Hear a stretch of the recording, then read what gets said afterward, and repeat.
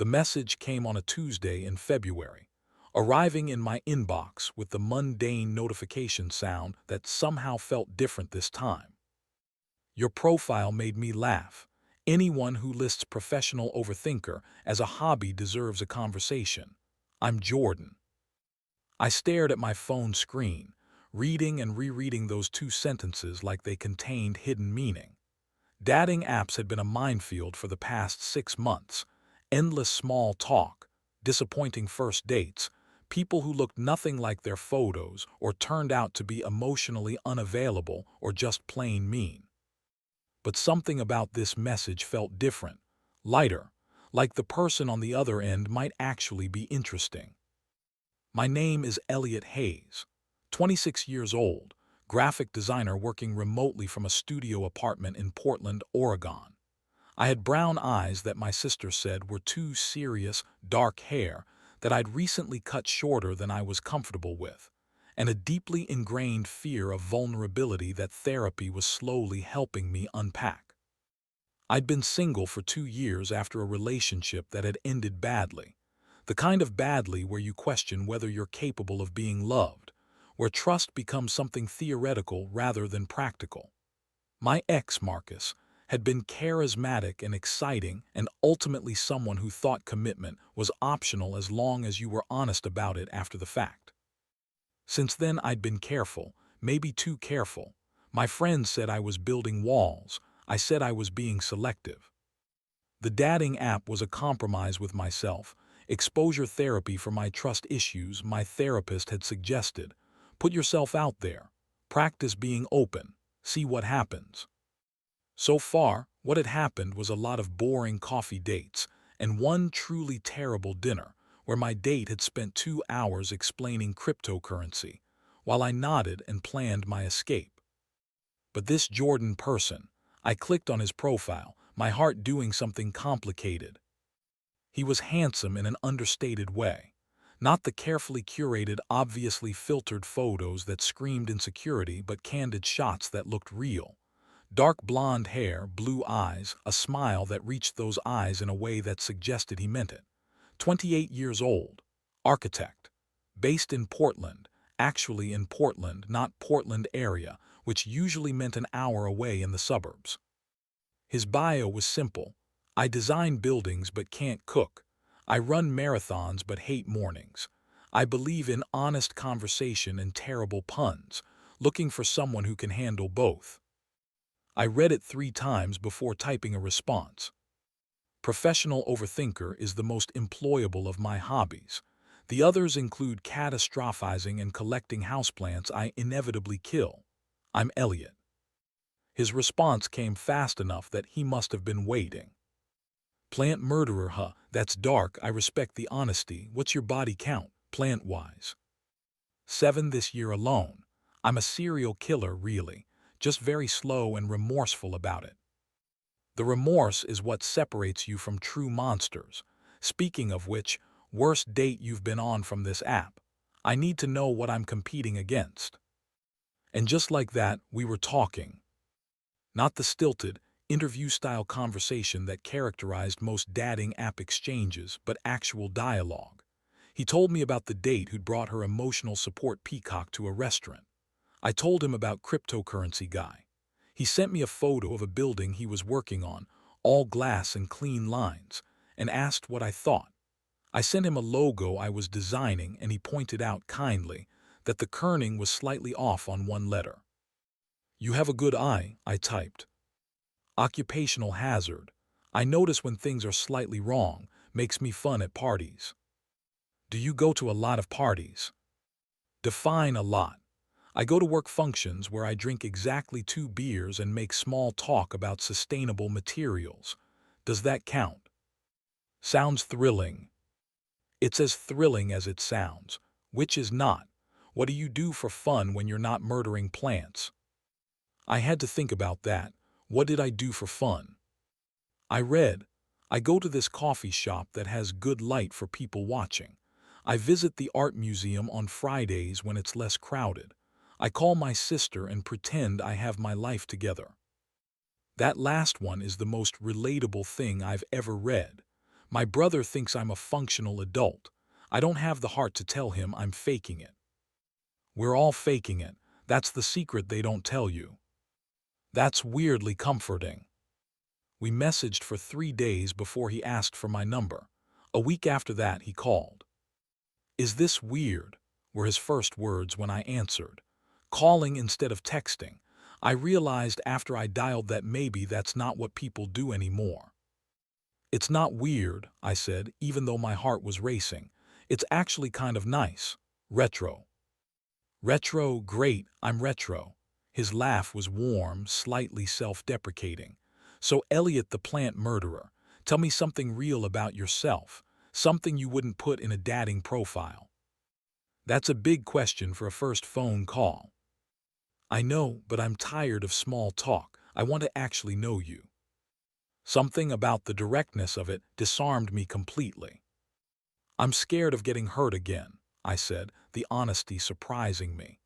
"My last relationship ended badly, and I've spent 2 years convinced I'm better off alone. But I'm also lonely. And I hate that I'm lonely because it feels like admitting defeat." The silence on the other end was so long I thought I'd scared him off. "I'm sorry," I added quickly. "That was too much. You asked for real and I gave you therapy session. I can do lighter." "Don't apologize," Jordan interrupted. "That was thank you for being honest. I get it, the fear thing. I was with someone for 3 years who I thought I was going to marry. Then I found out he'd been cheating for the last 8 months of our relationship. It destroyed my ability to trust that people mean what they say." "How long ago?" "Year and a half. Long enough that I should be over it, but somehow I'm not." "I don't think there's a timeline for getting over betrayal. We process at our own pace." "My therapist says the same thing. You're very wise for someone who murders innocent plants." "The plants were asking for it. They were needy." He laughed, and the sound did something to my chest. "So we're both walking disasters pretending to be functional. That's a solid foundation for getting to know each other." "The solidest." "That's not a word. You're very pedantic for someone who makes terrible puns." "The puns are a coping mechanism. Speaking of which, do you want to meet in person? Or is it too soon? I don't know the rules anymore." My heart jumped into my throat. "When?"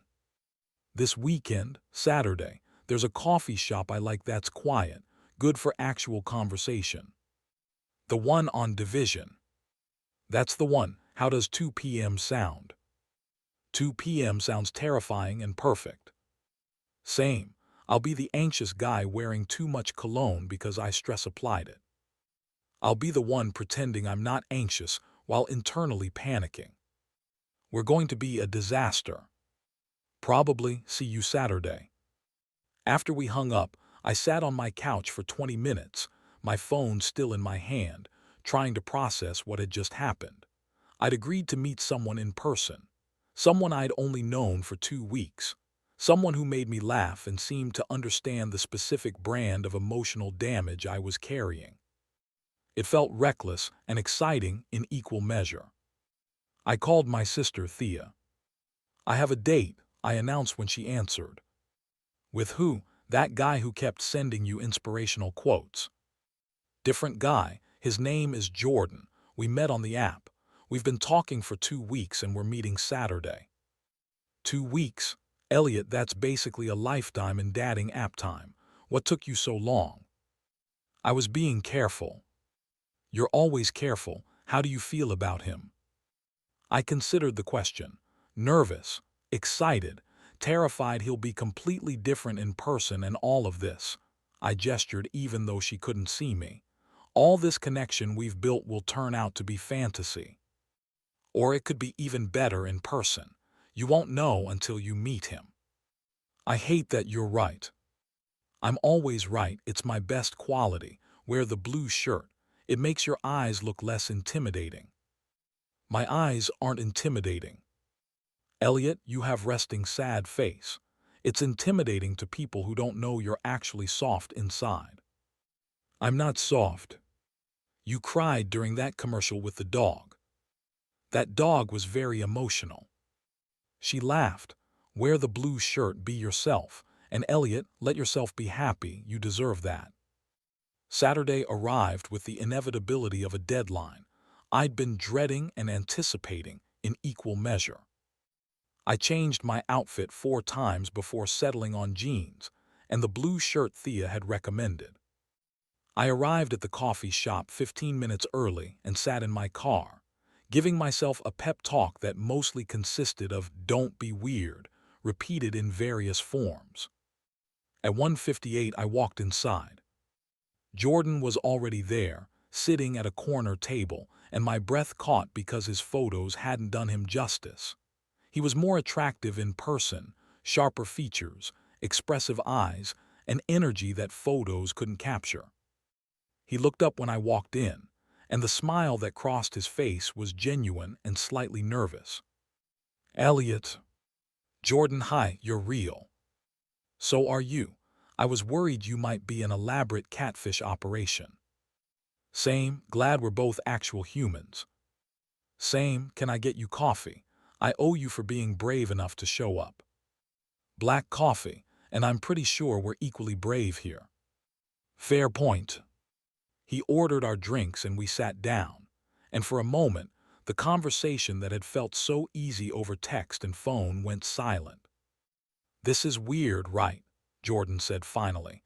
"Meeting someone you feel like you know but actually don't." "So weird. I keep wanting to reference things we talked about, but then I second-guess whether that's normal." "Definitely reference them.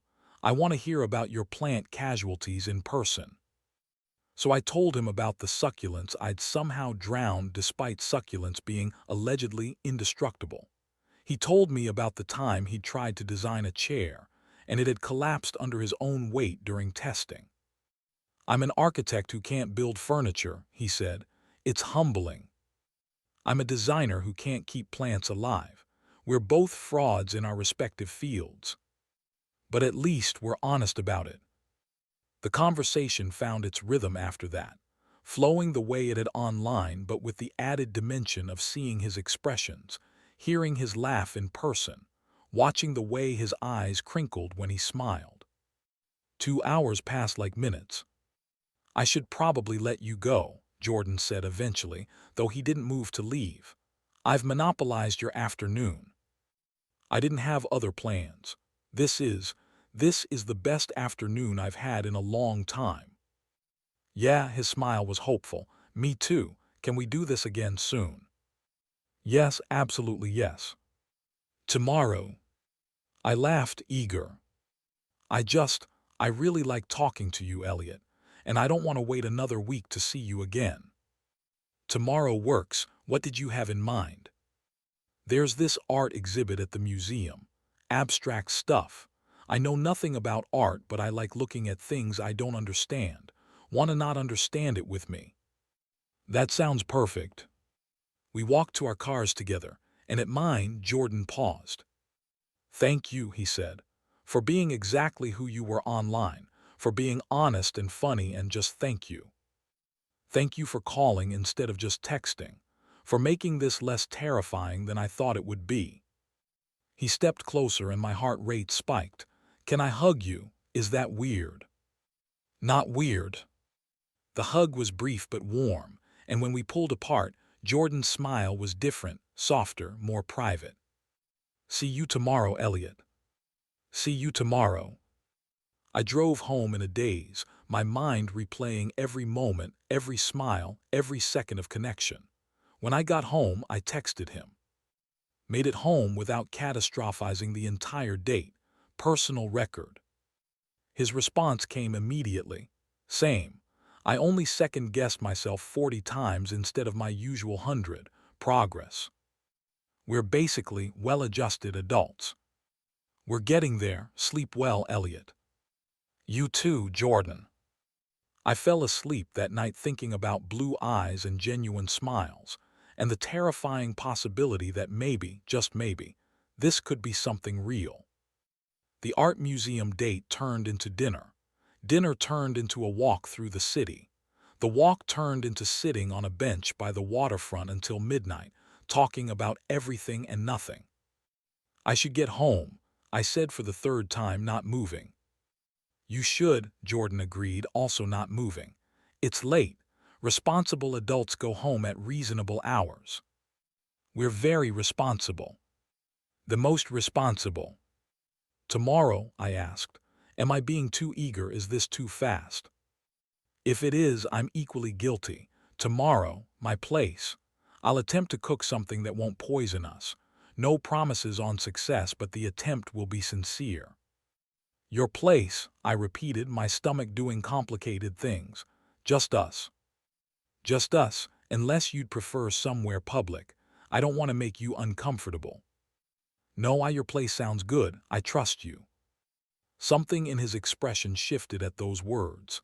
Elliot, I want you to know I'm not expecting anything. Just dinner.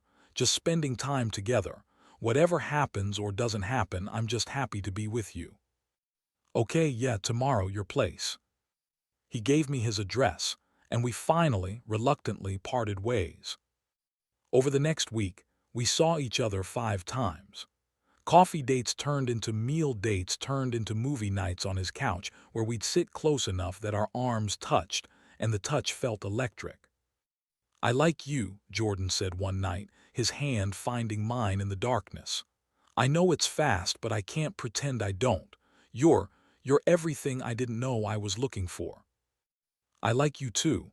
It terrifies me how much I like you. Why terrifying? Because last time I felt like this, it ended badly, and I don't know if I can survive that again. I'm not him, Elliot. I'm not Marcus. I won't do that to you. You can't promise that. Nobody can promise they won't hurt someone else. You're right, but I can promise I'll try. I can promise I'll be honest with you, even when it's hard. I can promise that if I'm feeling something, I'll tell you instead of hiding it. That's all anyone can promise, I guess. Is it enough for now? I looked at him in the dim light from the TV neither of us was watching. Yeah, it's enough. He kissed me then, our first kiss, soft and careful and perfect. When we broke apart, both breathing slightly harder, he smiled. I've wanted to do that for a week. Why didn't you? I wanted you to feel safe first. To know that I'm not, that this isn't just physical for me. You matter, Elliot, as a person, as someone I want to know completely. You're very articulate for someone who claims to be a disaster. I practice what I want to say beforehand. I'm very prepared for emotional conversations. That's adorable and slightly concerning. I contain multitudes. We spent that night on his couch, kissing and talking in equal measure, learning the geography of each other's mouths, the way he sighed when I touched his hair, the way I shivered when he traced his fingers along my jaw. Stay, he whispered at some point. Just to sleep. I don't want you to leave yet. Okay, yes, I'll stay. We moved to his bedroom, the transition somehow natural despite being new. He gave me a t-shirt to sleep in, and we lay facing each other in the darkness, close enough to touch but not quite touching. Tell me something, Jordan said, something you've never told anyone else. That's a big ask. I know, but I want to know you. The real you, not just the version you show the world. I thought about it, about all the things I kept hidden. I'm afraid I'm unlovable, not in the abstract. I mean actually, fundamentally incapable of being loved in the way I want to be loved. That something about me is wrong and people can sense it, and that's why Marcus left. Why everyone leaves eventually. The silence that followed felt enormous. That's not true, Jordan said finally, his voice thick with emotion. Elliot, that's God. I wish you could see yourself the way I see you. You're not unlovable. You're thoughtful and funny and honest in ways most people are too scared to be. You make me feel less alone just by existing. If people leave you, it's not because you're unlovable, it's because they didn't deserve you. You have to say that. We're dating. I don't have to say anything. I'm choosing to say it because it's true. He reached out and took my hand. I know we've only known each other a few weeks. I know it's fast. But Elliot, I'm falling for you. Hard. And that terrifies me too, but I'm doing it anyway because you're worth the risk. Tears were burning behind my eyes. I'm falling for you too. I have been since that first phone call. Good, then we're in this together. Equally terrified, equally hopeful. Equally disasters. The best kind. We fell asleep holding hands, and I woke up to sunlight and the smell of coffee and Jordan standing in the doorway with 2 mugs. Morning, I made coffee. It's terrible, but it's caffeinated. You're perfect. I'm really not, but I appreciate the sentiment. He handed me a mug and sat on the edge of the bed. I have to ask you something, and you can absolutely say no. That's an ominous opening. Not ominous, just serious. I have this work thing next Friday, fundraiser for a sustainable building nonprofit. Extremely boring, lots of schmoozing, but I was wondering, would you want to come? As my date, meet some of my coworkers, be bored together. My heart did something complicated. You want me to meet your coworkers? I want people to know you exist. I want to, he stopped, seemingly searching for words. I want this to be real, Elliot, not just something we keep between us. Is that too much too fast? It's yes, I'll come, I'd love to. His smile was brilliant.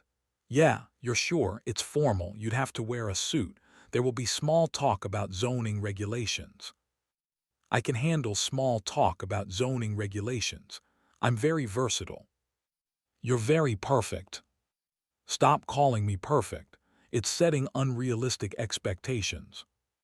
Fine, you're adequately functional, and I'm wildly attracted to your adequacy. Much better.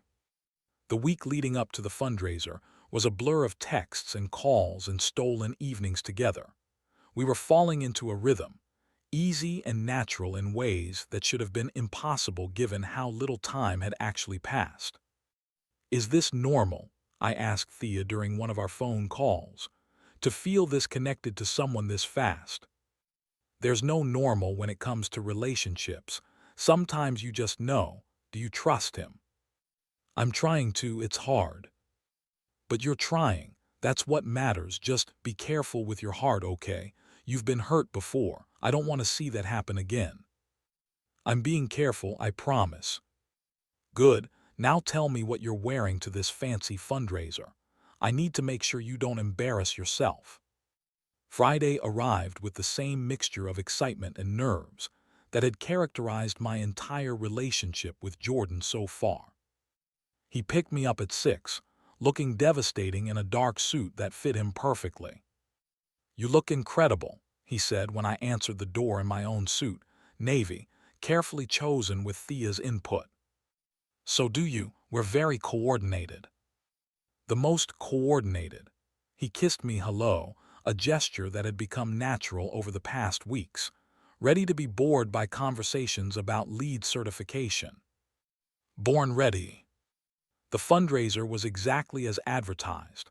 Lots of people in expensive clothes making small talk about sustainable materials and green building standards. Jordan introduced me to everyone as Elliot, my boyfriend, the label sending a thrill through me every time. Boyfriend, I said during a quiet moment, is that what we are? I thought so, unless you prefer person I'm wildly infatuated with who hasn't run away yet. Boyfriend works, it's shorter. More efficient, I'm all about efficiency.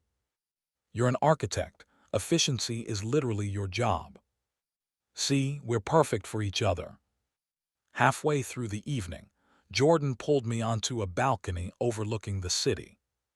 Needed air, he explained, and you, mostly you. The small talk was getting to you. So much small talk. I've discussed energy efficiency 17 times. I need a break. He leaned against the railing and I joined him, our shoulders touching. Thank you for coming tonight, for being here, for being patient with my work people. They seem nice, very enthusiastic about solar panels. They're good people. They also now know I'm seeing someone and they're going to ask me about you constantly. Is that a problem? The opposite. I like that they know. I like that I can introduce you as my boyfriend and not have to hide this. You've had to hide before. With Marcus, he didn't want anyone at work to know, said it was unprofessional. Turned out he was hiding me because he was dating other people and didn't want complications. I'm sorry, that's awful. It was, but it taught me what I don't want. And this, he gestured between us, this is what I do want. Someone I'm proud to be with. Someone I want everyone to know about. I want that too. Good, then we're on the same page. He turned to face me fully. Elliot, I need to tell you something.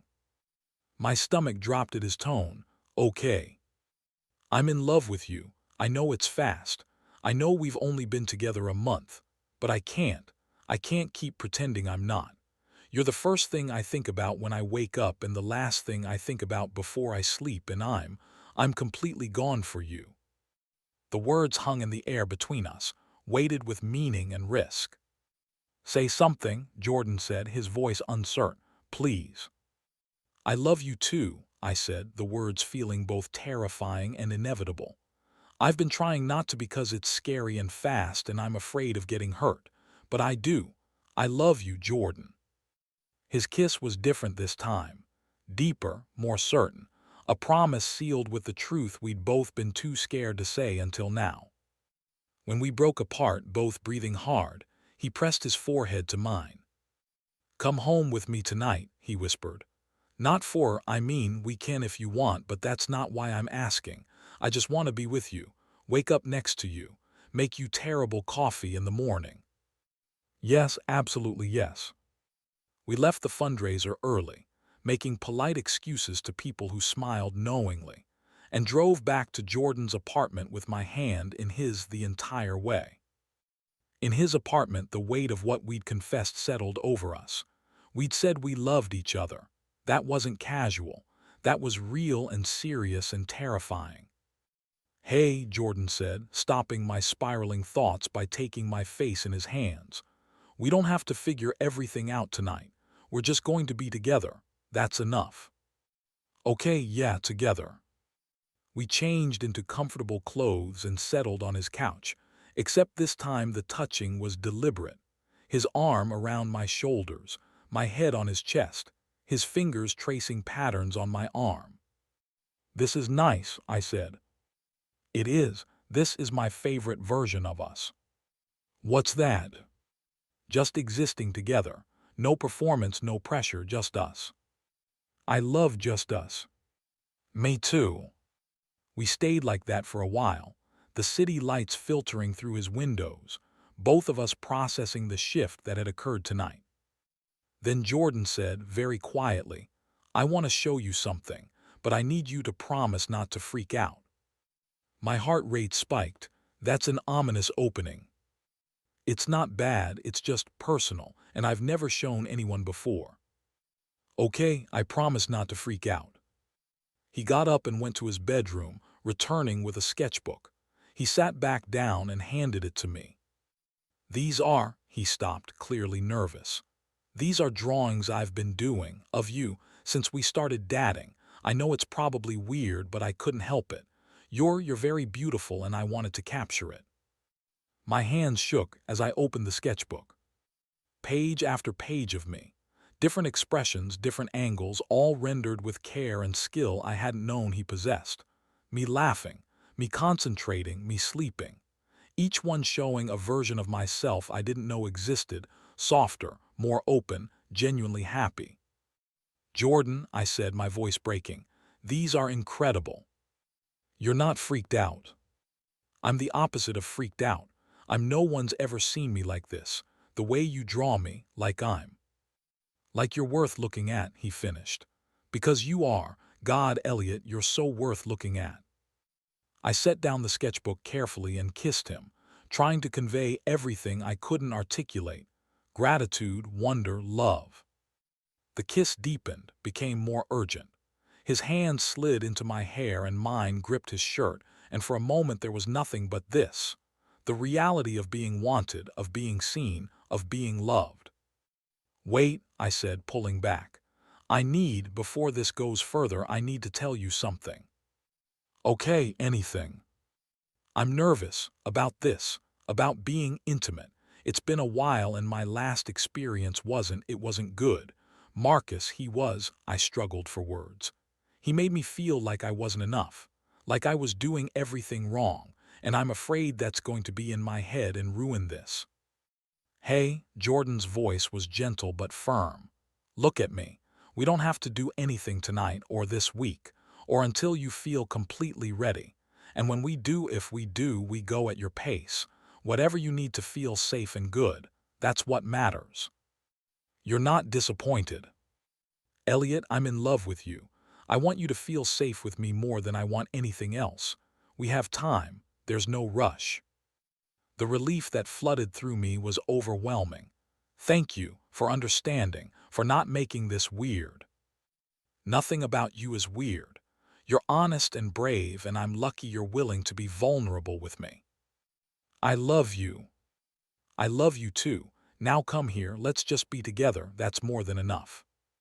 We spent the night in his bed, fully clothed, wrapped around each other, talking and kissing and existing in that perfect space of being together without expectation. And when I woke up the next morning to Jordan sleeping beside me, his arms still around me, his face peaceful in sleep, I thought, this is what safety feels like. This is what love feels like. And maybe I was finally ready to trust it. The next month was the happiest of my life. Jordan and I fell into a rhythm that felt sustainable: dates during the week, weekends spent at each other's apartments, gradually integrating our lives in ways that felt natural rather than forced. I met his friends. He met Thea, who pulled me aside afterward and said, "If you mess this up, I will be very disappointed in you. He's perfect." I know. Then don't self-sabotage. You have a bad habit of running when things get good. She was right. I did have that habit. But with Jordan, running felt impossible because he kept showing up, kept being honest, kept loving me in ways that made it hard to maintain my defenses. "I want you to meet my parents," he said one Sunday morning over pancakes. We were at my apartment and he was cooking while I supervised, our established dynamic. "Your parents, that's serious. We've been together almost 2 months. I love you. You love me. It feels like the logical next step. What if they don't like me? They'll love you. My mom is going to ask you 1,000 questions and my dad is going to be awkward but sweet. They're good people, Elliot." "When?" "Next weekend. They're in town for my brother's birthday, family dinner, nothing formal, just meeting them." "Okay, yes, I can do that." "You sound terrified." "I am terrified. Meeting parents is terrifying." "They're going to love you, I promise." The week leading up to the dinner, I was a mess of anxiety. Thea coached me through what to wear, what to talk about, how to make a good impression. "Just be yourself," she said for the 100th time. "Jordan loves you. His parents will see what he sees." "What if they don't?" "Then they're wrong, but they won't be. You're very lovable even if you don't believe it." Saturday arrived with the inevitability of a deadline. Jordan picked me up at 5, and I was hyper-aware of every detail: my outfit, my hair, the wine I'd bought to bring. "You look great," Jordan said when he saw me. "Stop worrying." "I'm not worrying." "You're doing that thing where you pull at your collar. It's your anxiety tell." "I don't have an anxiety tell." "You absolutely do, and it's adorable." He kissed me. "They're going to love you, trust me." His parents' house was in a nice neighborhood, the kind with actual yards and trees. Jordan's hand found mine as we walked up to the door. "Together," he said. "We're together, nothing to be scared of." The door opened before we could knock, revealing a woman in her 50s with Jordan's eyes and a warm smile. "You must be Elliot. I'm Sarah, Jordan's mom. Come in, come in. Jordan's been talking about you nonstop." "Mom," Jordan protested. "It's true, you call me every other day with Elliot stories. Elliot did this, Elliot said that." "Mom." She laughed and pulled me into a hug. "It's lovely to meet you, Elliot. Jordan's dad is in the kitchen pretending he knows how to cook. My other son is running late as usual. The evening was surprisingly easy. Jordan's parents were warm and welcoming, asking questions that felt genuinely interested rather than interrogating. His dad, Tom, told terrible jokes that Jordan clearly inherited. His brother, Max, arrived late and immediately started roasting Jordan in the way only siblings can. "So you're the guy who got Jordan to actually commit to something that isn't made of concrete and steel," Max said. "I'm impressed. He's usually married to his work." "Elliot is significantly better company than blueprints," Jordan said. "Low bar, but we'll take it." After dinner, Jordan's mom pulled me aside while we were clearing plates. "I wanted to thank you," she said. "For what?" "For making my son happy. He's been through a lot. The last relationship really hurt him. We were worried he'd closed himself off completely. But then he met you and he's himself again. Lighter, more open. That's because of you. I think it's mutual. He makes me happy too." "Good, that's what it should be, mutual, building each other up," she smiled. "You're good for him, Elliot, I can see that. And I hope you know you're welcome here anytime. You're part of this family now." The words hit harder than I expected. Part of this family, like I belonged. "Thank you," I managed. "That means a lot." On the drive home, Jordan was quiet. "You okay?" I asked. "More than okay. Today was perfect. You were perfect. My family loves you." "Your mom said I'm part of the family now." "You are if you want to be." "I do, I really do." He pulled into my apartment complex and turned off the car, but neither of us moved to get out. "Elliot, I need to tell you something, and I need you to hear me out before you respond." My stomach dropped. "Okay." "I know we've only been together 2 months. I know that's not a long time in the grand scheme of things, but I can't imagine my life without you in it anymore. You've become this essential part of my daily existence, and I don't want that to change." "Jordan, let me finish. Please, I'm not asking you to move in or get married or anything huge. I'm just asking, can we make this official? Can we delete the apps and commit to just being us? No one else, just you and me figuring this out together." Relief flooded through me. "Yes, absolutely yes. I deleted the app 3 weeks ago." He blinked. "You did." "I knew I wasn't going to meet anyone else. I knew I just wanted you." "Why didn't you tell me?" "I was waiting for you to bring it up. I didn't want to pressure you."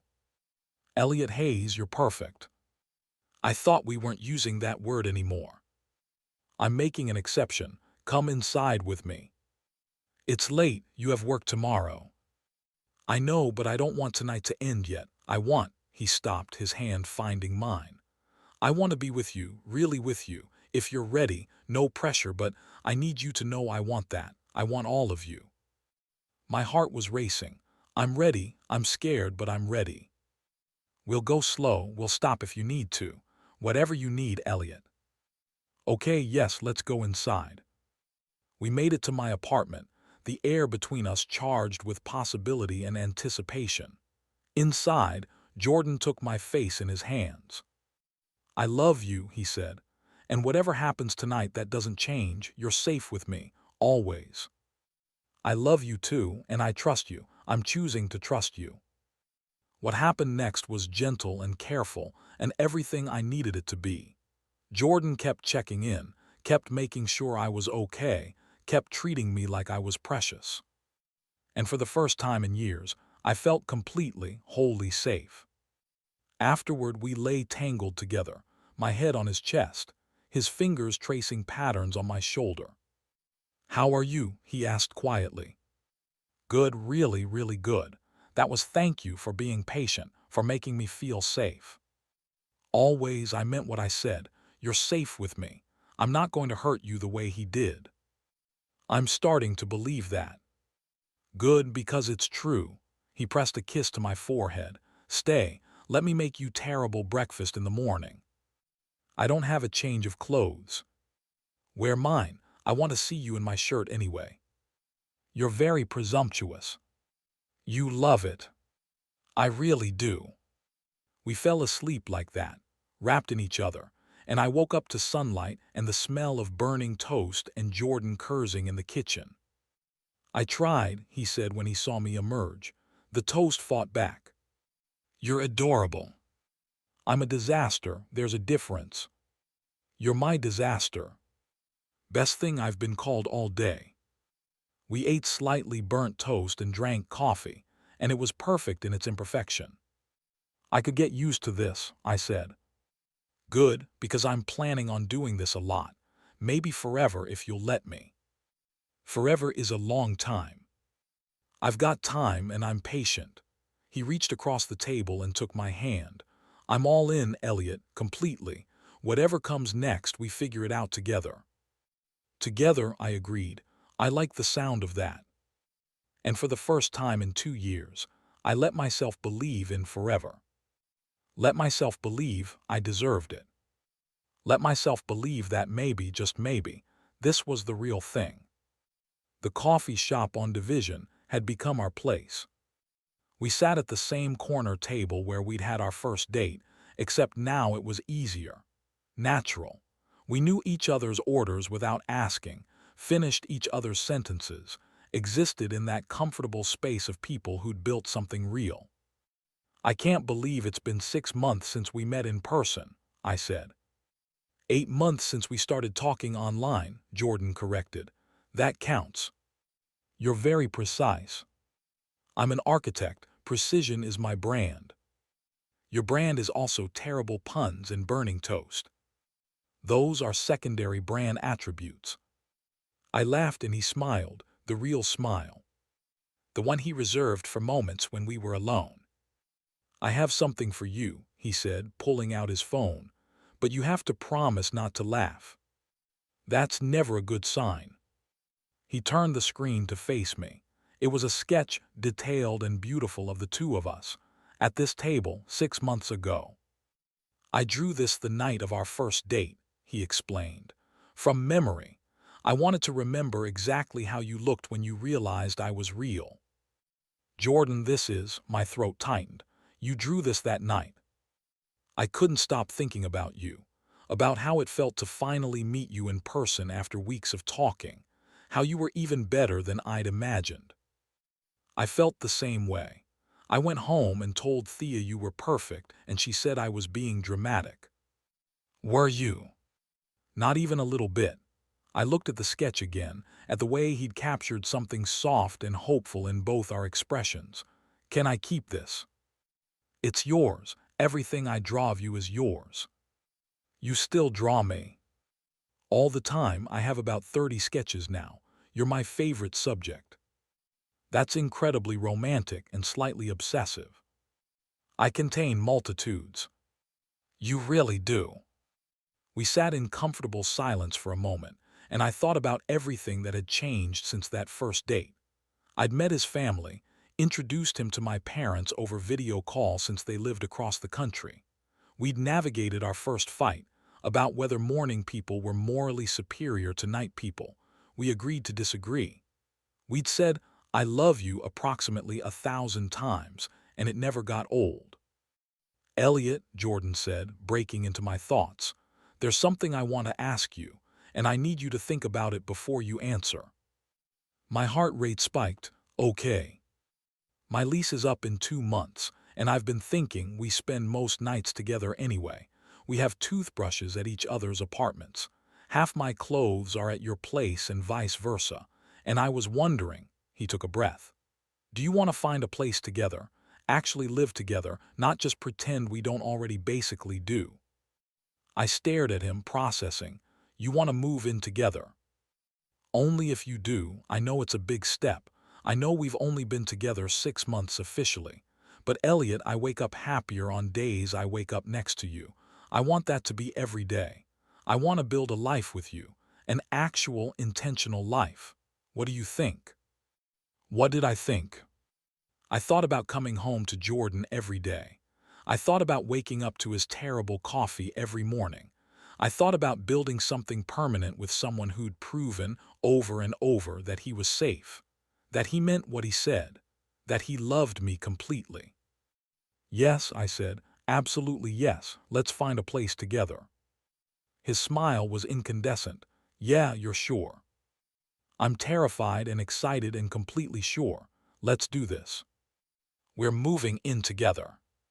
We are. That's very adult of us. We're very adult, sometimes. He laughed and kissed me across the table, and I thought about how far I'd come since that first message. From professional overthinker to someone brave enough to choose love, to choose Jordan, to choose us. I love you, I said when we broke apart. I love you too, every day more than the last. That's very romantic. I'm very romantic. It's my secret superpower. Not that secret, I've known for months. And yet you stayed, that's true love. The truest. We left the coffee shop hand in hand, and I felt lighter than I had in years. Hopeful, happy, home. Because that's what Jordan was. Not a place, but a person. Someone who'd seen all my broken parts and loved me anyway. Someone who'd been patient while I learned to trust again. Someone who made me believe in forevers. Thank you, I said as we walked to our cars. For what? For sending that first message. For calling instead of texting. For being exactly who you were online. For making me believe in this. Thank you for responding, for giving me a chance, for being brave enough to let me in. He pulled me close, right there on the sidewalk, not caring who saw. I'm going to spend the rest of my life proving you made the right choice. You already have. Then I'm going to keep doing it anyway. Deal. 6 months ago, I'd been terrified of meeting someone from the internet. Convinced it would end badly, that I'd be disappointed, that real life could never live up to the connection we'd built online. I'd been wrong. Real life was better, messier, more complicated, but infinitely better. Because Jordan wasn't a fantasy. He was real and flawed and human. And he loved me anyway. We loved each other anyway. And that was everything.